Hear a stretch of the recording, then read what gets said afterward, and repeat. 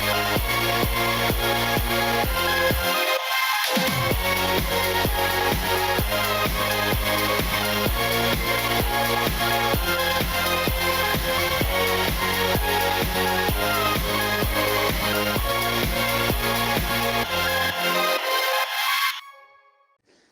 they're off, and they're heading around the corner. Well, okay, so actually, this is the July real estate market update, and things started off a little bit sluggish. Yeah, pretty much normal, but they have definitely taken off, and we're starting to see the normal July numbers. When we say normal, meaning normal trend. So it was funny as we were as we were setting up for today. You get these tune worms and everything else, and it just happens to be that this tune worm was, the Camptown Racer song. Camptown Racer, sing that song, do-da. Anyway, they keep telling me not to sing that song, and maybe that's a good thing. I don't know. But anyway, I thought that what a great theme for today, because really, it it is just what happens after as we lead up to the July 4th and the after the post July 4th weekend. We talked about it. We've been talking about it, the last couple of weeks of what to expect. Don't be shocked. And it's just absolutely coming to fruition. Hey, it's the best part about watching this show because everything is in real time. I was reading Inman today. They were talking about, February and March. What? And I still have, I've got one of the other housing news last word update, and they're still talking about June, or not June, but April and May. And to me, that's just not enough. So you guys need to subscribe. Okay, it's free. I don't ask for money. In fact, I don't even want your money. I just want you to be informed. I want you to inform your friends. Share the link. Hey, listen, if you're looking at wanting to buy or sell, even if it is a couple of years down the road, it is best to really start taking a look at trend because, listen, we're in a very unique market. And if you're looking at next year or the following year, you might have a skewed perception of what's happening or, in a couple of years when we're anticipating. So next year, right, we're expecting the market to continue marching forward for at least the next 12, 14 months, continuing this trend. All right, but after that, we're going to hit what we will call a kind of a leveling off. I think our inventory will start to balance. And some people might be saying, oh my gosh, the sky is falling. Oh, real estate's crashing. Oh gosh, why did I buy? Well, that's not even the case. It's going to be where our inventory is going to start to come up. We're going to start to balance. We're going to go from our measly 2 weeks of inventory and start to balance out to 4 to 6 months, which is a balanced market. Heck, if we could get back to 2 months of inventory, that would be awesome, right? So subscribe, share this link with your friends. Be aware, be knowledgeable of where we're going and where we've come from so that you have a better understanding so that you can, make the best business decision, an informed decision in real time. All right, let's talk about real time. So Marie and May, they will post these numbers, and we're going to start going through these numbers. But I want to bring a little bit of perspective into things so that as we go through these numbers and we talk about levels of inventory and where we're at and where we're going, and to balance out the sensationalism of what the media sometimes gives us, because that's their job, to sensationalize, to create a story, to get you engaged. And sometimes it's not what I would consider completely accurate. I don't want to say it's inaccurate. That would be a false statement. However, sometimes they will use more nationwide numbers, which are, paint a different kind of picture than maybe what's really going on. So let's talk about, and that's what this show is every single week, what's really going on. Okay, now, last year, pandemic, right? Supposed to stay home. It appears nobody did because we had one of our most amazing markets ever. And this year has carried that trend and including increased sales over last year. But 2019 was heading towards, I would say, a more traditional market, and interest rates are in the mid 4s-ish, okay? And so it was more of a traditional market. And I'm going to show you a little bit of a graph. I'm going to show you why things are so different today. All right. Now, here's the thing. I'm going to see if I can do it this way on the screen. Makes it a little bit easier. There we go. Everything's backwards to me. Okay. So this is 2019. This is June of 2019. The light green here, this is available homes for sale. That one right there. Okay. Now, dark green, these are homes that sold. It's an actual transfer of sale.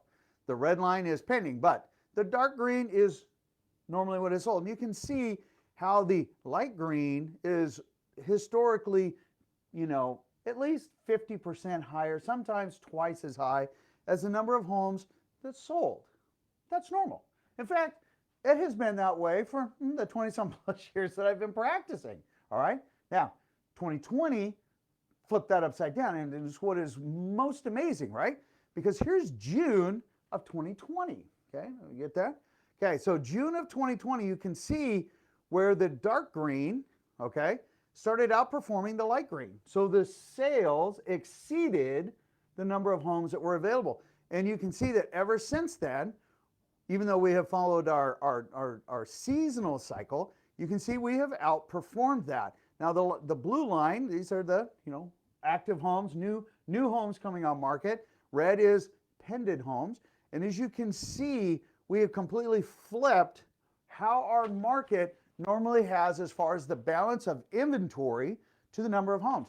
We have anywhere from 7 days to 14 days of inventory, depending on which micro area that we talk about. Whether it's Seattle, East Side, South County.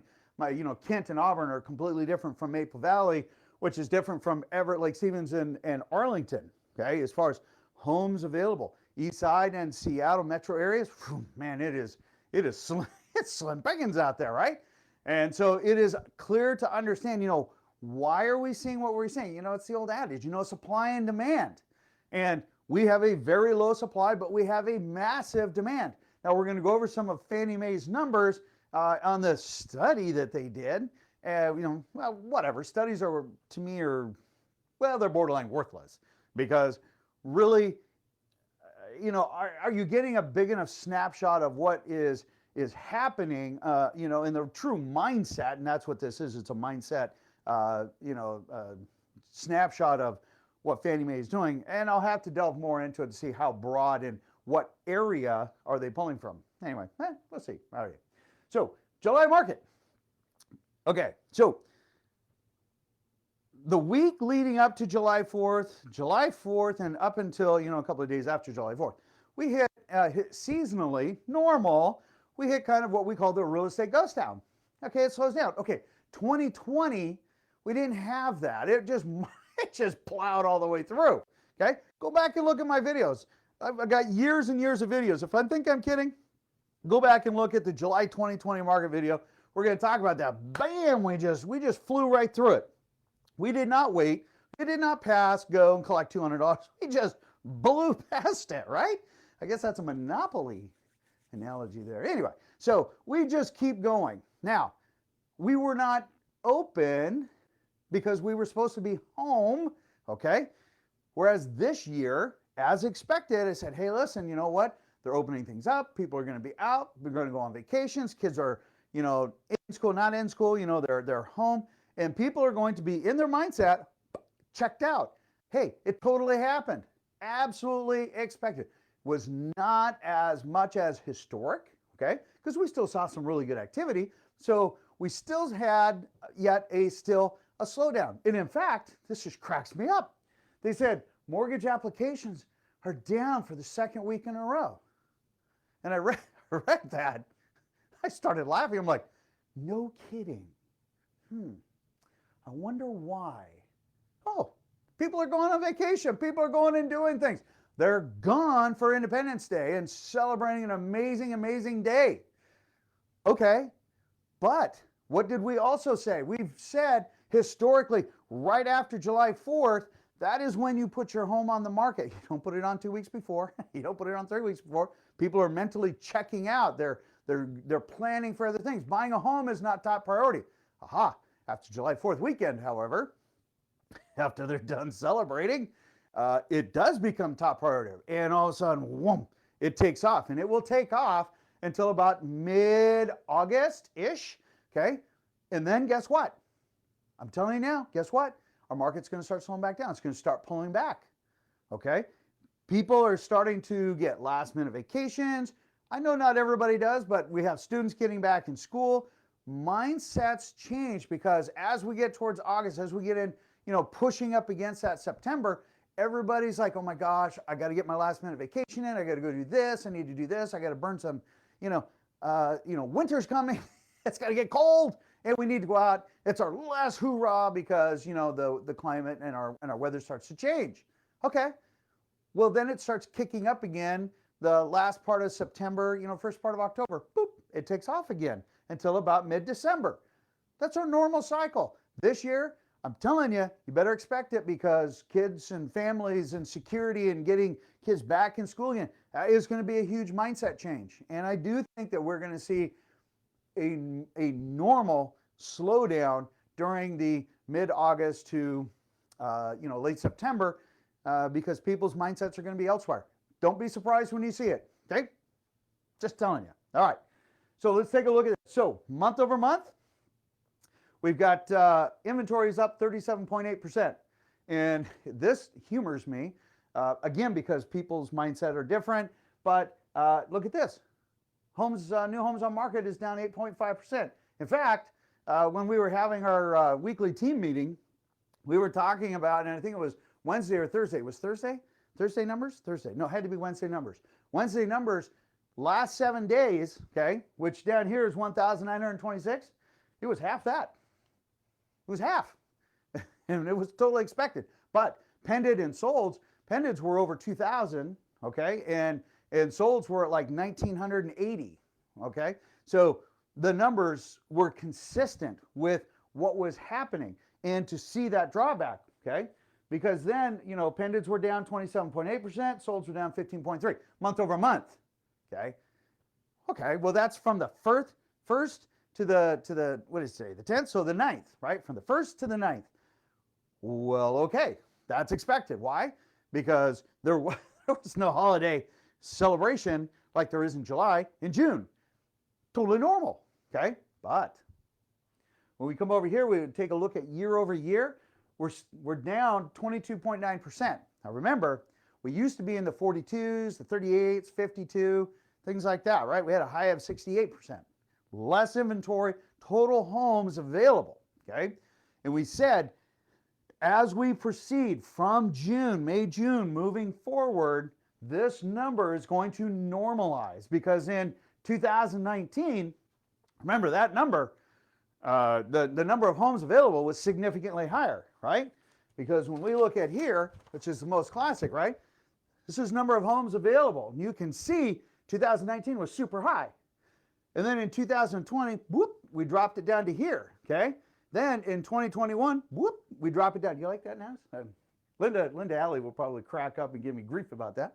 But anyway, there is again another a significant cut in inventory. It's almost like a set of steps, down, down, and down. But as we get closer, and as we're moving from May, June, we're going to see this number, normalize and probably get down into the tens. We might even hit a single digit as far as a difference in inventory available. I would fully expect it, meaning more towards probably December, I would think, that this will get into the single digits. Let's see, right? All right. New on market is up 15.7. This big jump was because we're seeing that inventory. It's post July 4th. There was a massive, in fact, it is hilarious because a number of my clients are like, oh my gosh, George, you're right. There's like so many homes to take a look at. I didn't receive 2 homes this week. I received 15 to take a look at. I know, it's amazing, right? Okay, totally expected. The volume of homes has come up. It is normal. It's normal. All right, so we're at 15.7%.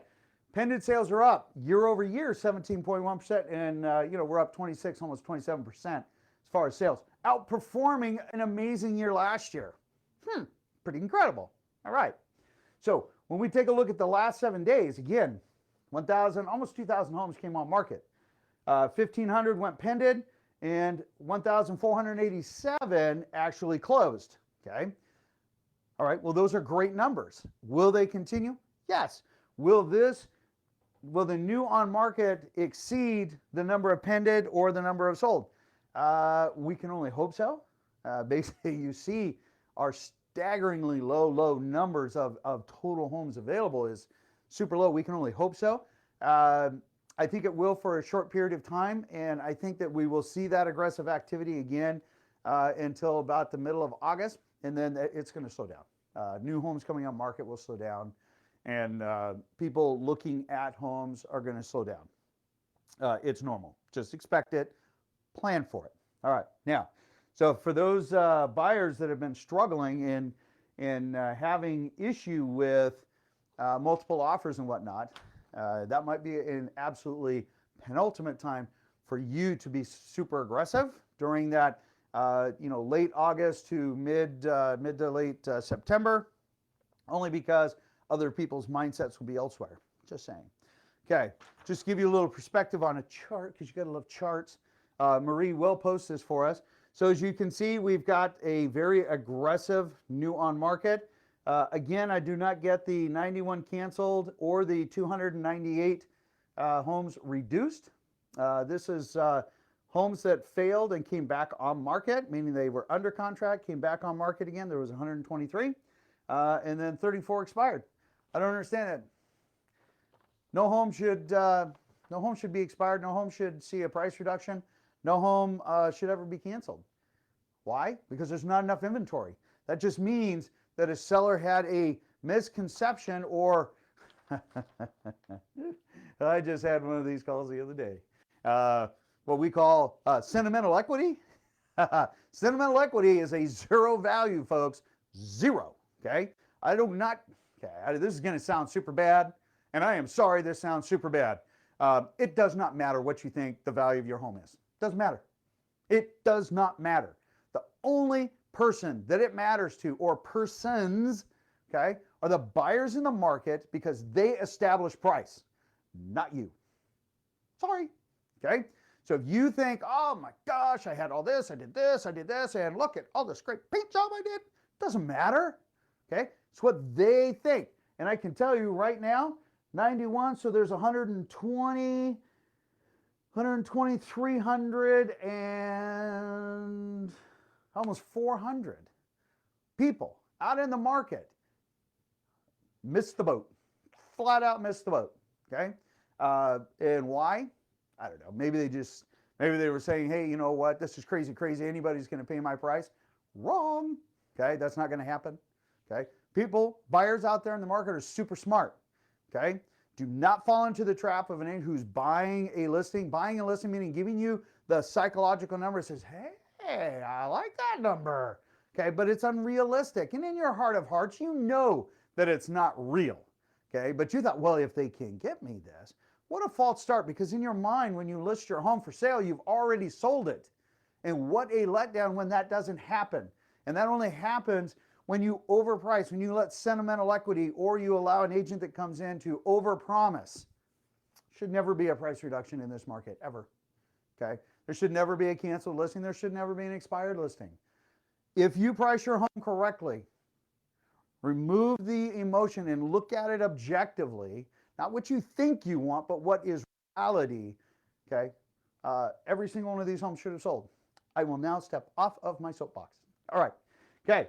So let's talk a little bit about mortgage rates. Then we're going to get into some information here, okay? Yep, we're still doing good for time.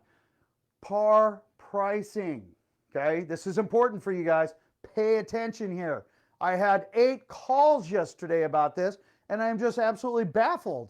Par pricing today is 3% for owner-occupied financing. People said, George, hey man, you sent me to 3 different lenders, and they gave me 2.6%. I said, yeah, they probably did. Well, your buddy Dan said par pricing today was 3%. They're almost a 0.5% less. I said, time out. Give me your information. So we looked it up. I said, well, guess what? Not only does it take to get 2.6%, yes, you can get it, but did you know that that's only a mortgage balance of $550,000, and your mortgage balance is going to be higher than that. So you don't qualify for that right now. But more importantly, they wanted 2 points. That's 2%. So if you have a $500,000 loan balance and 1 point equals 1%, doesn't take a math genius to figure that's $10,000 that you have to pay to get that rate. It's called a teaser rate. Sure, there are some people who say, I'm going to be in this house for the rest of my life. I'm going to do a 30-year mortgage. I am there forever. Okay, perfect. $10,000. What is your repayment? Probably about 3 years based on interest rate difference to make up that difference. Probably closer to about 2.5, 2.4. But anyway, to give you that perspective, you need to make sure that you pay attention to the 5 things when you are looking at mortgage rates. And one of them happens to be, how much does it cost to get that rate? What are the conditions of that rate? Is this still back there? Well, look at that. The magic board. 5 key things to look for to compare rates at the same time and day. Discount points. We just talked about that. 8 times yesterday I had this conversation with people. People, pay attention, okay? Look, loan to value, that is a big one. People put out rates for marketing. That is marketing, right? You know, if I say the Golden Arches, you think, oh, McDonald's, right? And for some of the older people, I would say plop, plop, fizz, fizz. Everybody went, oh, Alka-Seltzer, right? That's called marketing. That's exactly what they're doing. And they are successful because you are paying attention, right? So you need to look at what is the actual loan to value that it requires to get that rate, okay? The loan type, is it conventional FA? So VA gets better rates many times. So understand that. That's awesome. So you need to pay attention. What loan program are they talking about? The credit score. Is there a minimum credit score you have to get there? Which reminds me, you had to have a 760 credit score to get that 2.6 and 2 points. Okay? $550,000 mortgage principal balance. Okay, well, not many people fit into that box. There's a few, but the point is they got you to call. So please pay attention to that. Because otherwise you're going to get caught. You're going to get down the path and all of a sudden you're not saving money. It's costing you money, thousands of dollars. So please pay attention. If you have questions, yes, please definitely call me. The folks that did, they were enlightened. We had a great conversation with each and every one of you. I want to thank all of you for that. The however is thank you for at least asking, but please make sure you're taking a look at those 5 things. All right. When we talk about non-owner occupied financing, par pricing is 4.625. According to Dan, with only 1 point, you can get the 4.125. And we've had a lot of questions, people saying, George, dude, why are they so much higher than they were, just a few months ago? Because Fannie and Freddie changed their requirements. And there's what we call overlays. Banks, Fannie, Freddie provide the rate and term. Banks will provide overlays for additional fees, additional protections, things, because they don't want to buy the mortgage back, things like that. So they have what's called overlays, all right? And understand this, because they only allow a certain percentage of non-owner occupied and investor properties into a portfolio, because remember, they sell them as a packaged, mortgage-backed securities, which is one of the metrics that interest rates are based off, not the Fed, and that is why they do that, so that they give stability to that portfolio so they don't have to buy that portfolio back, right? All right. So let's talk a little bit over here. So mortgage apps are down over the last 2 weeks. Yeah, no kidding, right? So are sales. So are a lot of other things. That's normal. Okay. New construction costs is up 26% year over year. So if you think that your builder is gouging you, it's not. No, they're not. Just understand their cost is up, which means that gets passed on to you. Sorry. Okay. Builders have to at least turn a profit. They're not turning the profit that you think they are, and that's why you're seeing slower to market, because with the volatility in cost of materials, they can't just throw it out there because the craziness. I mean, as many of you know, I build homes as a hobby. I've done so for over 25 years. Yes, it's an expensive hobby, but I couldn't use a crayon if I had to. All right, so the challenge is, you know, we used to get quoted rates for 30 days. Hey, here's your lumber pricing, and hey, you're good for 30 days.